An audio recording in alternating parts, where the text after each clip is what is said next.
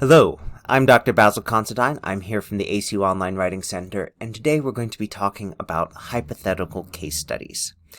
A case study is something where you look at something with certain boundaries or focus to try and use that case, that instance, to understand something. A hypothetical case study is one that is not based on actual events, but you're imagining a situation in which you might do the same thing, where the exercise will be helpful for understanding or explaining how things work, why they're important, other things like that. We'll be looking at this using the lens of a particular assignment in the EdD program from Leadership 751. A little bit of a quick orientation about the Writing Center. If you're not familiar with us, we work with students throughout the writing process. If you are familiar with us, you can just fast forward through the video recording to get to the main webinar portion. We work with students whether you are just starting out at ACU and wondering how does this work, what are expectations for my program, up to you are reading the instructions for an assignment and you have questions. You've got a draft, you have a full-on paper that you'd like feedback on. We're happy to work with students throughout the process. Most students will make an appointment with us to get feedback through a formal session, either an asynchronous appointment where you sign up for time, upload your paper before that time, and then within 24 hours of your schedule slot, we send you feedback on your draft. Virtues are, you can work up to that time, send whatever you have in, and we'll send you feedback, and then you can check back once you see an email from us, read through the feedback, and go on. Real time, if you have questions that you'd like to ask, more of a back and forth thing, you can sign up for one of these. We usually will recommend Zoom, but some people prefer the focus of just being able to ask questions over the phone and then later go and apply that to the draft. That's fine. Zoom appointments are especially helpful if you are a visual learner and you like to see things. So we can share the screen, and if you have a question about formatting, show that. Or if you're comparing different wordings, we can highlight and mark adjustments. You can see that going and see how it affects your conception. There's no charge for any of our services, but I will say we do fill up as the semester goes on, so don't wait too long for signing up for an appointment. Now, we also have many other resources, including webinars such as this one, templates, explanations on different topics, and a guide so you can see all of the webinars that we have that tie in directly with classes in your program. So for example, the assignment we're looking at today is from Leadership 751. If you go to our webinars page, we've got a schedule at the top of the webinars for this particular term. Scroll down and you'll find this tab guide. Click on your program and then scroll down to find the class or classes that you're enrolled in. And we update that throughout the semester, so as soon as the recording goes online for that class, we add it to that listing. So if you are taking Leadership 751, you can go ahead and check back for, we'll have a couple webinars there before the term is done. All right, you'll see me using the AP course paper template that's linked at the top here. The YouTube channel is a convenient way to watch our videos on the go. The main website is the most up-to-date place for all the webinars. YouTube, we will catch up, but there will always be a little bit of lag just because of how YouTube has its processing delays. We also, again, have a blog where we explore different topics of interest. So we're going to be starting by talking about the principles of case study design. How do you go about making a case study and why?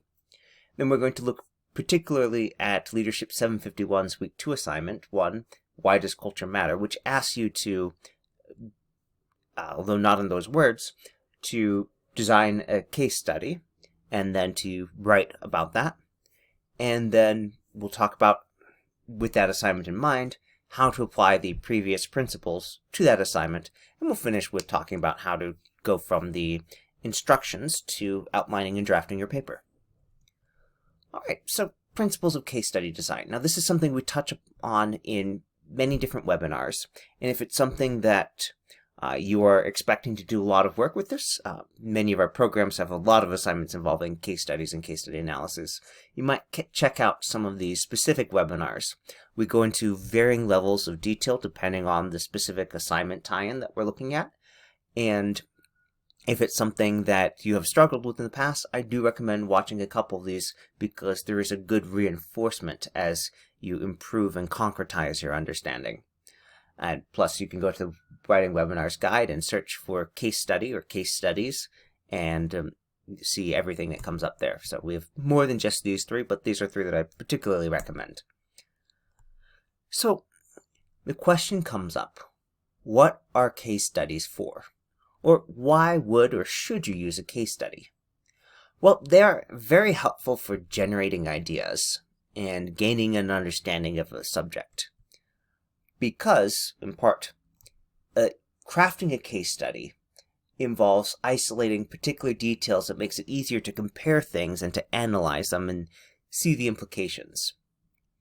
To put it another way, if you were in a room filled with toys and there was a chessboard there, if you were going in and trying to figure out what someone was working on, and you take away all the other toys that are scattered out, so there's just the chessboard there, now you can see the chessboard more clearly, like, oh, this is where they are in the game. With all those other things there, then it might be harder to tell that chess was what's being played, because generally children and toys equals disorder. So, by isolating particular details or focusing on particular details, it's easier to see certain things, and especially how they relate or how they're arranged. It's a great way of diluting potential bias. Bias, science shows, we all have different biases, and we don't always know what they are and how to minimize them effectively. So by abstracting things to the case study, we can see how the principles shine through, less involved with how a particular name or other distracting detail may shape your perception. I'll give an example. My family's from Hawaii and from California. So what we call aloha shirts or Hawaiian shirts are very common, and in fact in Hawaii they're specifically considered to be acceptable for business wear. Now if you're not from one of those places, if someone shows up to a business meeting wearing one of those, you might think, what? Why are you dressing like you're on vacation? So that is a potential bias. Now it's subjective and regional bias, but it's still bias. And so by crafting a case study, you can leave out details like that that are really, unless the case study is specifically about corporate wardrobe, are distracting to have. Distracting not just in the reading, writing, but distracting in real life. And so by making this case study, which is necessarily abstracted, there's no way you could write about absolutely everything that was seen, then you are able to reduce the potential for that bias.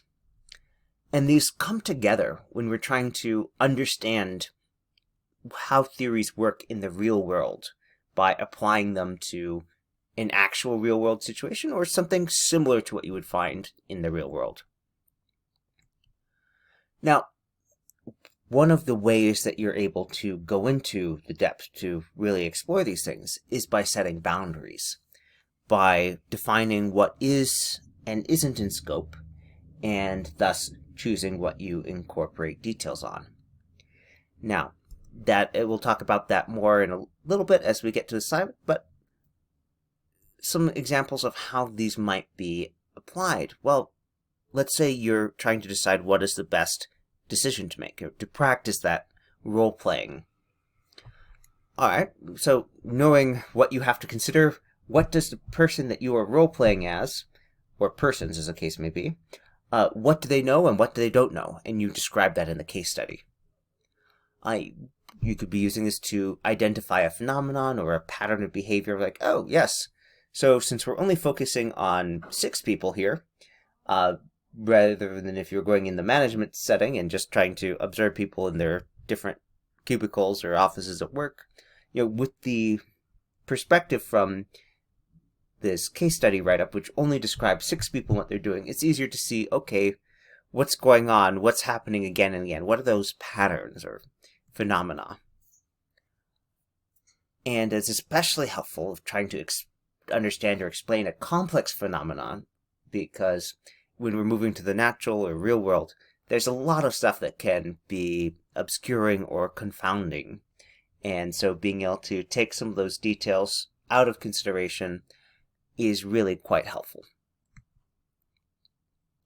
And if you're trying to figure out, okay, well, how does this matter to other people? How does this go beyond just this case study? What are lessons learned or principles that we can then translate into other settings, those generalizable conclusions? Very helpful. So before you start writing, I suggest asking, well, how are you using the case study? And whether it's provided to you or whether it's one that you are writing, what's going on with this? Is there a particular purpose? Is there something you're trying to understand? Is there something you're trying to convey to someone else? And which you choose will influence both what details you include and how you refer back to them. You can also ask, what do you need to tell the reader about why you're using this? So many case studies and leadership programs refer to business situations. Something happened at a company or something happened to a company and describes what happened. And you know from this description that there's a certain practicality about it because this is something that came up in one of those settings. And if it came up, it very likely can come up again if things aren't changed. So if you are, say, looking at this case study, we had a lot of stuff that was stolen, and say, okay, well, is this a inventory tracking issue? Is this a security issue? Is this an ethics training issue? That's going to depend about why you're using it or how you're using it. So if you are using this because you've got a executive mandate to reduce theft, okay, that's going to be a little bit different in the implementation of, the police have asked you to conduct an investigation because your insurance claims say that you've lost a lot of stuff. And the third one, what is the lens or point of view or purpose through which you are interpreting the case study? What details are you focusing on why? And that could be a theory. It could be because you've got a certain task that you've been asked to fulfill, other things like that. Now, when you're citing a case study, there's a basic question that you need to ask when you're writing in APA style. Is this case study published? Published in a fashion where someone else can retrieve information on it. And if it's, say, in a book, okay, great. We're just going to cite and reference that as we would any other source, author, date information. If it's not, especially if it's something that you are constructing yourself, then no, there's not going to be any in-text citations. There's not going to be any entry in the reference list. And that's it. That's how simple it is. So at this point, let's take a look at that assignment for Leadership 751. Now, why does culture matter? Now, this is coming from the positive organizational culture course. And so just from the title of that, I think we can say that it matters because it can have positive effects. And if you don't get it right, if you don't pay attention to it, you can have negative effects, which could be as simple as you're missing out on the benefits, and could be worse. So if we look at the instructions, we start out with, okay, write a 3 to 5 page paper in which you include an introduction and a conclusion and discuss the following. Please be sure to use the following headlines in bold per APA style. Now, I did check with the instructor on this because some assignments have what we call house rules, where you're asked to add a little extra thing or format something differently, perhaps because it's matching something for an industry document, perhaps because it's a preference for the instructor or a aid for something like grading or checking, is this the right length of the paper or something like that. Now, that introduction heading, that's crossed out on my slide because we checked. There's an APA rule that says don't include a heading called the introduction at the start of your paper. Essentially because we know you're starting the paper, it's the introduction. And so I checked with the instructor and they confirmed, yes, you can drop that. So that is something where we'll update the next version of the course website to take that into account. But if you're looking at it and it still has that heading there, you don't need to have that heading. You should have an introduction, but you wouldn't put a heading called introduction because that would be considered redundant. All right. So 3 to 5 page paper that has an introduction and conclusion and specifically has a section called Part 1 Synthesis, where you're asked to briefly synthesize your understanding of the course readings and resources, including media. Okay. So videos are counting there. Podcasts are counting there. This section should be approximately 1 to 2 pages and incorporate most of the resources. And then another section, Part 2 Application, which would be approximately 2 to 4 pages. So the synthesis will be leading into the application. And so you don't need to be talking about the case study in any depth before we get there. The application is where you start applying that and saying, okay, here's why that matters, or here's how this explains that. So what are you asked to do? Well, you're told you're a consultant hired by the board of directors in a Fortune 500 company to work with the new CEO. The CEO, however, lacks a basic understanding of what culture is and why it matters. Incorporate the readings and resources from weeks 1 and 2 and prepare a summary of what culture is and why culture matters. The CEO is a harsh critic and will dismiss your ideas if they aren't backed up by research. Provide data when you can and cite research. You can bring in other research that you find. Okay, we're going to come back and talk about this more later. And then for the conclusion, and we need a heading to identify this is the conclusion of the paper.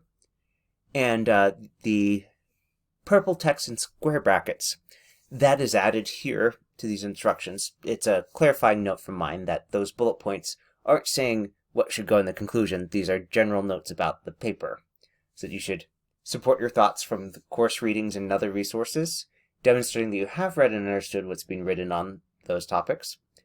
If there are other sources that are familiar to you, you can use them. So prior course readings, if there's a source you want to go back to that is helpful here, great. But you're not required to do more than the week 1 and 2 readings. And then in all sections of the paper, you should be citing those sources appropriately. You might want to view one of our webinars about citations. Now, if we look at the readings for week 1 and week 2 of this course, you'll see that we've got a wide diversity of things. We've got the course textbook, we have journal articles, we have videos, we have material in the course pack, additional reading. If we look at week 2, same thing. We've got a textbook, we've got journal articles, we've got videos in TED Talk format, we have more articles. So if any of these sources that you are looking at, you're not familiar how to do that, well, go ahead and take a peek at our writing webinar called Citing and Utilizing Diverse Sources. Citing and Utilizing Diverse Sources. So I've brought that up here. So this explores some of these different source types and will give you examples for that. It's always important to keep in mind that the syllabus is helpful, but may not have those readings formatted in APA style because there may be additional information like, say, the ISBN number for a book, which is not included in the reference in APA's 7th edition, but is very helpful if you're trying to order that exact book. So there may be things that you take out or things that you reformat. All right, so if we are looking at this, we have a wide array of sources here, and it'd be very helpful to keep track of these as you go by looking at it and asking, okay, how might I be using this in the assignment? Because there are lots of sources here. Just in this section here, we have about 4 articles and then the case study in the course pack. We have 7 book chapters. That's a lot. So we want to make sure that you have an idea of how this fits together. Otherwise, you could have a very, very long synthesis section, and it's only supposed to be 1 to 2 pages. All right, let us head back to our slide deck here and take a look at the grading here for the rubric. So that synthesis section, that's going to be about 25% of the grade. The application section is going to be a bit more than that, 5/12. And then we have about 17% of the grade that goes for, is this the appropriate level of writing? Is it proofread? Things like that. And then have you essentially written the kind of paper specified? 3 to 5 pages. Ignore that /words, that's a typo. So the length coming in, not too short, not too long, is a significant part of this, because 2 out of 12, that's a 6, that's about 17%. That's the difference between a high A and a low B. So let's make sure we stay within those boundaries here. So let's talk about how to apply case study design principles to the assignment, because understanding which things to include and discuss and focus on the application section is going to depend on how we design this hypothetical case study. So let's ask the question, well, what are the boundaries that we're dealing with? Well, first of all, let's go back to the instructions. Okay, the application section should be approximately 2 to 4 pages. Got that? And you should be addressing you're a consultant hired by the board of directors in a Fortune 500 company. So Fortune 500 companies. So there is more than one Fortune 500 index. There's the Fortune Global 500, but the main Fortune 500, the one that default when you say Fortune 500, that is actually referring to the largest companies in the United States, as tracked by Fortune magazine. So if it just says Fortune 500, we're talking about US-based companies. They can have other business around the world, but headquartered in the United States. All right, that's one big boundary. So we're centering on, okay, we have an American context, American corporate context, and a large company at that. You're working with the new CEO, and the CEO specifically lacks basic understanding of that. So we've got to focus on executive education. If you were doing this and you're coming back, you might work on different layers of management, but here you're hired to work with the CEO, so high-level executive education. And it says also the CEO will dismiss your ideas if they aren't backed up by research. And so that, reinforced by the comment, provide data when you can and cite research. So that's saying you're working with published literature as data sources. So you're not making up data. You must be citing things that are published there. All right, so we have another thing, the boundary of time. So this is a contemporary thing. We have nothing saying, oh, in the 1960s or something. This is dealing with how things are right now. And, you might incorporate some other details there to make it, if you're going to flesh it out, to refer to current economic conditions. But remember, a case study is supposed to be a helpful vehicle for understanding general things. So if you start putting in things like, let's say, the current conflict between Russia and Ukraine, well, that might be a bit too specific as well as distracting details. Now, if you're going to say, okay, global supply disruption, okay, that can happen in many different conditions. So which things you bring in here will help focus or dilute the case study. And we'd like a focused one to be able to understand these principles and write about them concisely. So you only have 2 to 4 pages here.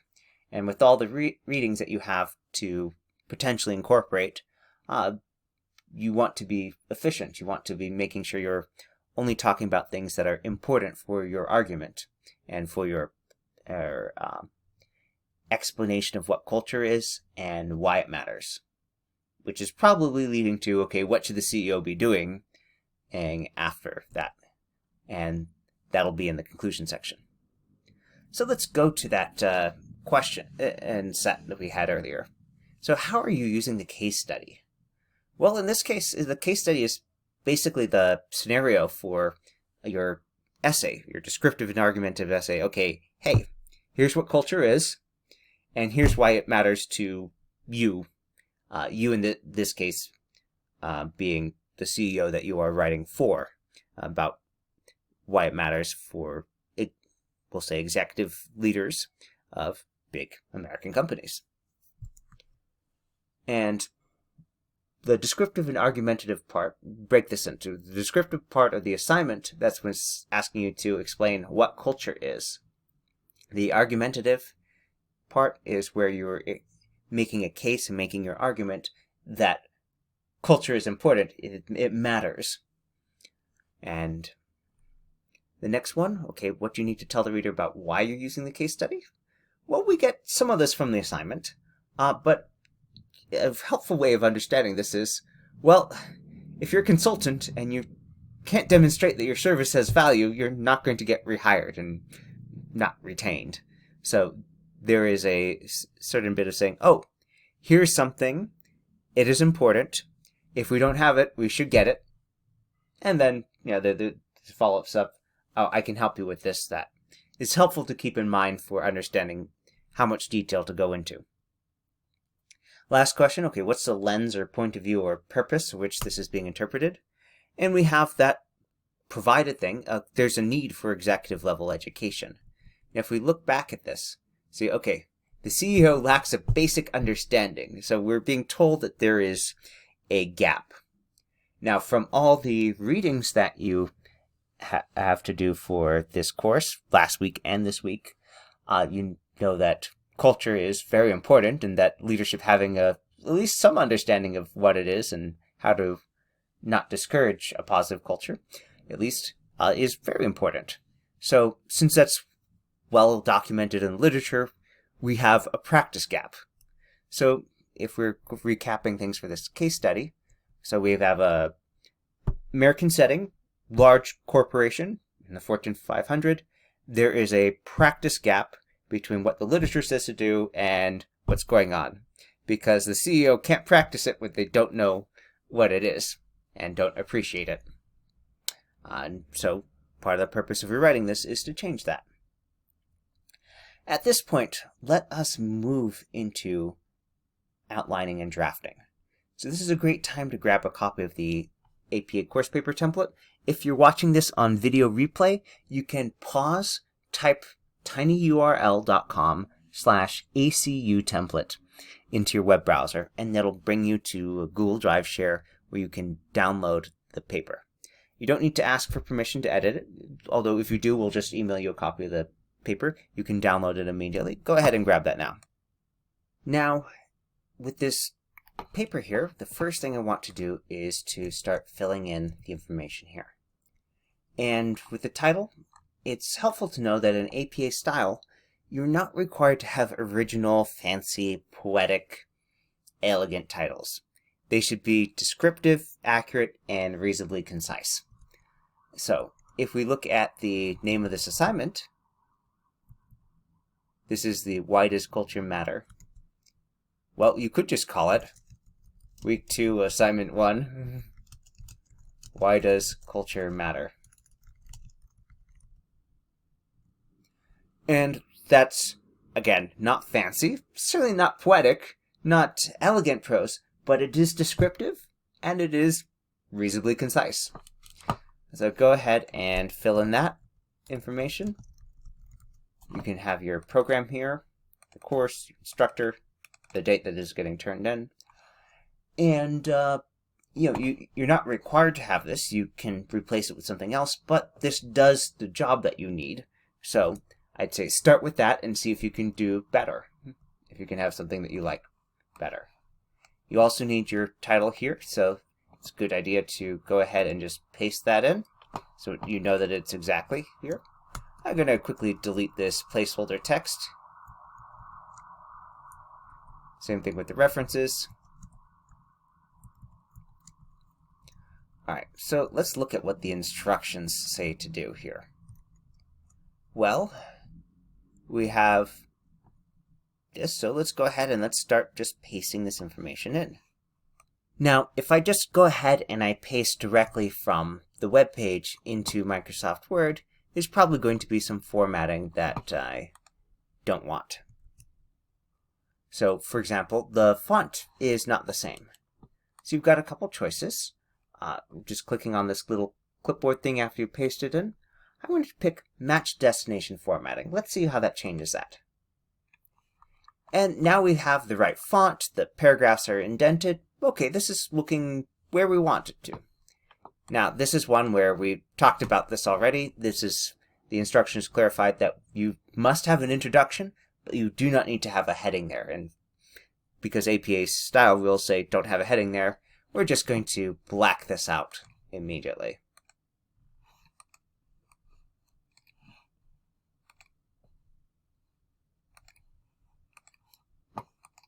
There we go. So we know we should have the introduction there, but not the heading there. And I'm just going to go ahead and I'm going to start crossing off things that don't pertain to the content so much, but are just wording.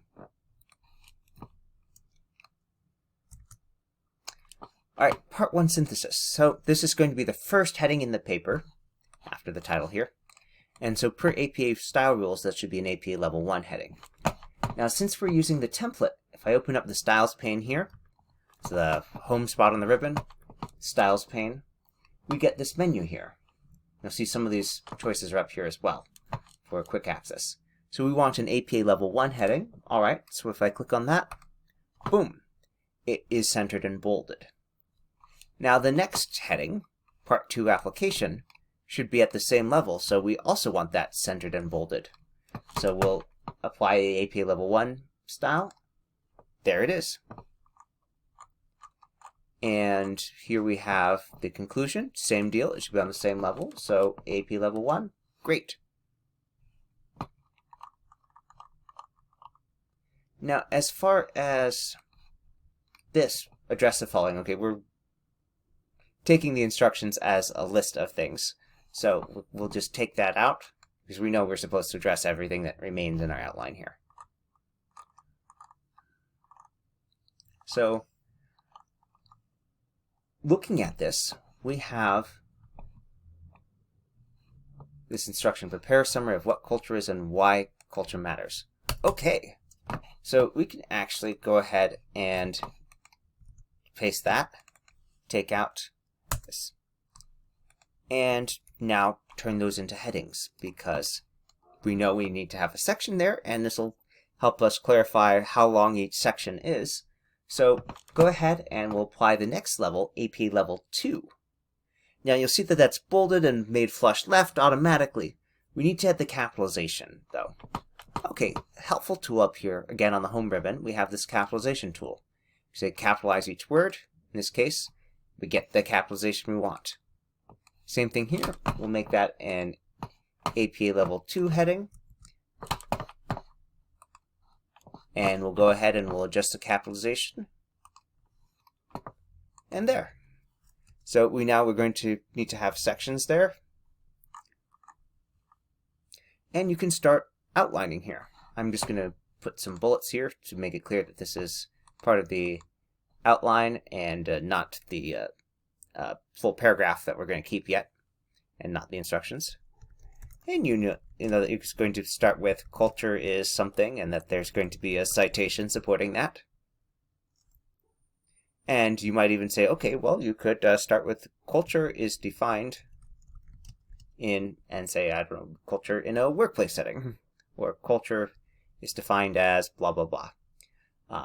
And then as you're doing the reading, you find a definition that you want to paraphrase or quote.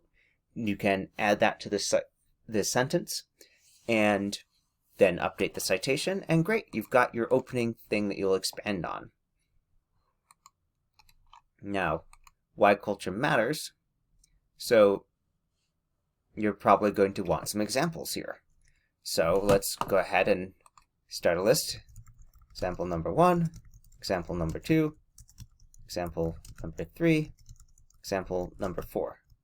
One of the reasons why you want to do this is that as you do the readings, which again, there are many readings, so we want to be clear about what we need, you will find examples and say, oh, good, that would make a great example number 1, and you can go ahead and add it here in this outline. So you have that arranged, since you're not hunting back through all the different readings, trying to remember what was supposed to go there. All right, now, looking at this, we can actually go back and look at the resources to get some ideas of where things matter. And of course, you need to do the reading, but just for planning here, why culture matters. Let's take a look at the readings for week 1. Look at the titles here.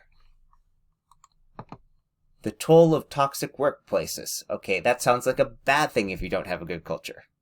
Proof that positive work cultures are more productive. Okay, that sounds like we need a good one because we want our company to stay a Fortune 500 company by being productive. All right, so if we go back to our outline here and say, okay, example 1 is going to be about the downsides, or drawbacks, or negatives, or however you choose to call them, of the downsides of workplaces with bad culture. Number 2, all right, well, just going through this, saying, okay, I'm going to have the opposite.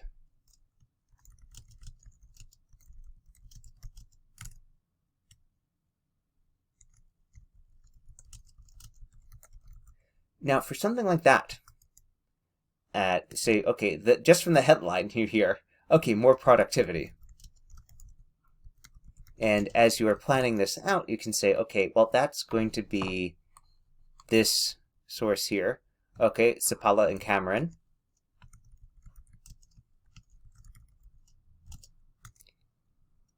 (2015). And then leave a space there to add more as you go through the readings. And please don't just glance at the headlines. You will not be able to write nearly as detailed and specific an essay as you need if you only look at the titles.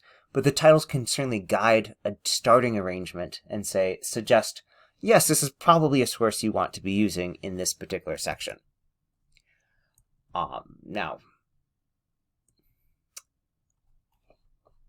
if we look at this one here, your company culture shouldn't just be great, it should be distinctive. Oh, okay.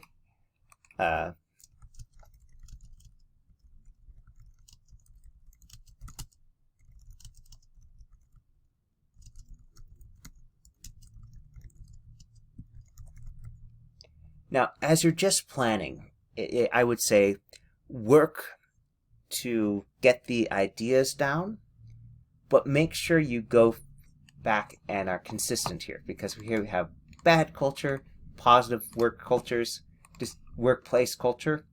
Let's make sure that it's clear that you're referring to the same thing.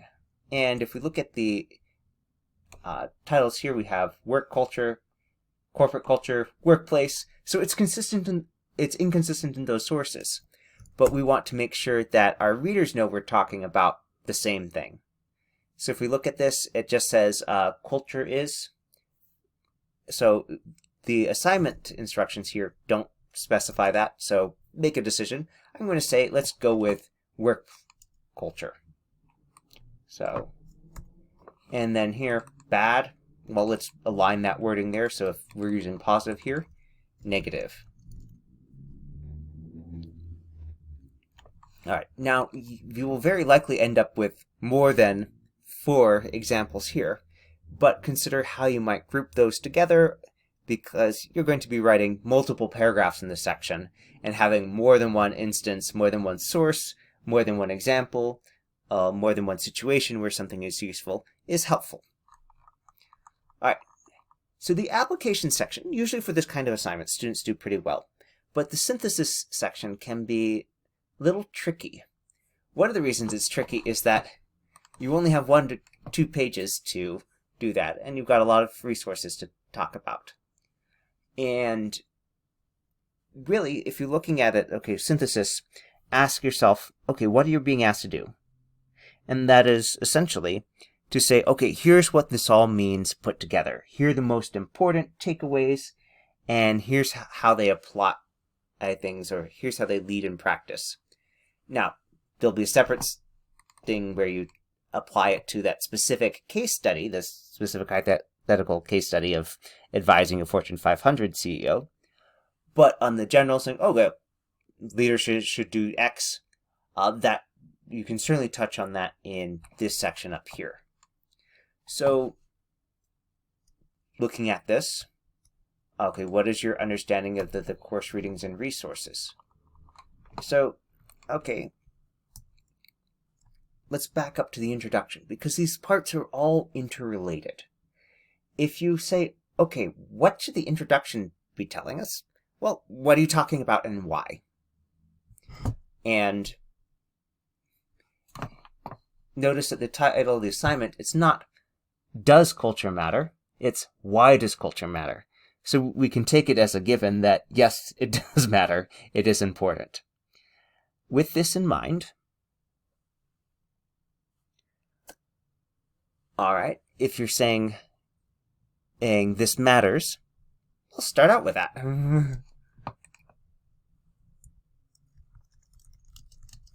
Very important.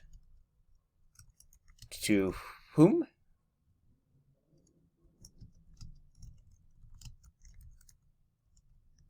And in this case, we don't have to talk about the whole world. We just need to bound our case study with what's our situation. So if we start with this as a formula, okay, we're going to state culture is very important, and to whom it's important, and in what context. Well, if we just take what we have for this hypothetical case study, oh, culture is very important to business executives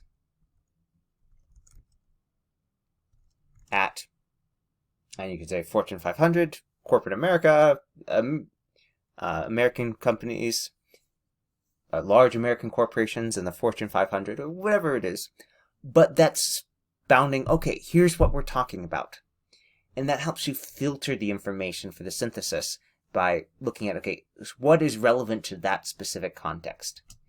Now, if we, again, go look at the reading, let's hop over to week 2 readings here. So we have different aspects where things could come into play. And, for example, talking about the design of spaces. Space. Okay, we could look at things that, there are other reasons why people may have done that are counterproductive. Okay, so, alright, so if we're looking at this in the big picture thing, week 1 we have a bunch of readings about how the culture can make things better or worse. And then here, this is specifically looking at certain aspects, job and work design, and how that they can form part of the culture in and of itself. So it's not just how people act, but the space that they're in. And that's the kind of thing where if you're doing the synthesis here, okay, tell us what those big themes are. And they're more than just those two. Those are just some of the most overt big picture things that you'll get just from looking at the list of readings and what those titles are and how they're sorted. But as you go reading through these different ones, look for those themes and add them to your outline. Because then when you go to write that section, you'll see, oh, these are the big themes. Let me talk about the different articles touched on in those themes. And let's give ourselves some bullets here so we have a reminder. Theme 1, Theme 2, Theme 3. And I don't know how many themes you will identify, but you'll identify several. And then you can start grouping the different readings underneath those themes for how they impart different pieces of information. And then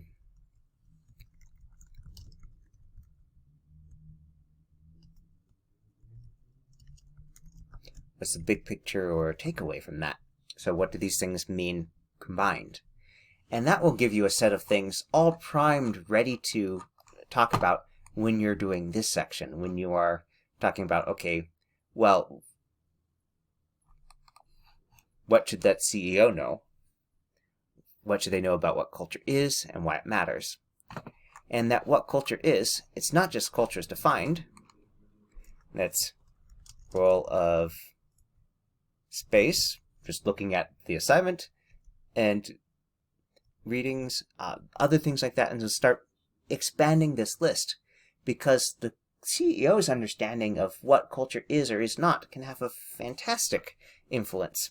If you have a CEO who doesn't have to work in the same space as everyone else, they may say, well, open office, it's great. I mean, I can see everyone and inspect. It makes it very efficient. But if they're not there all the time, is that really the best use if the employees hate it, for example? Or if the lighting is terrible, or one office I worked in where there's so much sunlight that everyone roasts, and so they're highly uncomfortable the whole time. So there are all these things that you can bring in.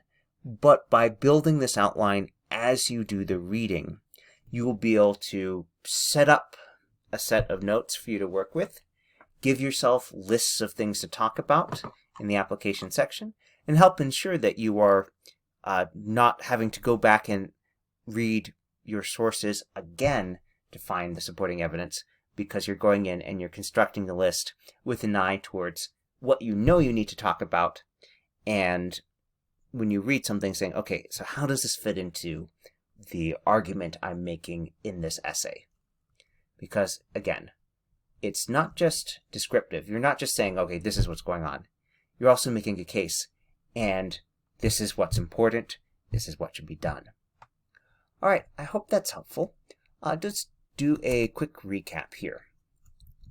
So we started out by talking about the principles of case study design and how by focusing on certain details, we're able to better understand or explain or illustrate something. We talked specifically about this Why Does Culture Matter assignment from Leadership 751 and how it is asking you to imagine a case study, and for that particular instance, to propose a solution in the form of your essay, your description of why does culture matter, and what is it?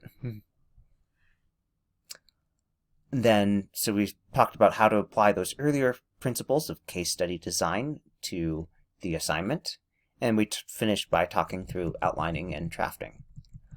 So if there's a particular section of the assignment that you feel like you want a better understanding of, make sure to take a look in our webinar archive, because we have several webinars about synthesis that explain and illustrate, including with examples, how to do that. And I'd say, don't forget that the third item in the rubric is meets basic doctoral level writing standards, including grammar, spelling, punctuation, and organization. So make sure you got those headings. Make sure you run a spelling and grammar check before you submit this. And with that, if you have any additional questions, feel free to send us an email at onlinewritingcenter@acu.edu. And have a great rest of your day.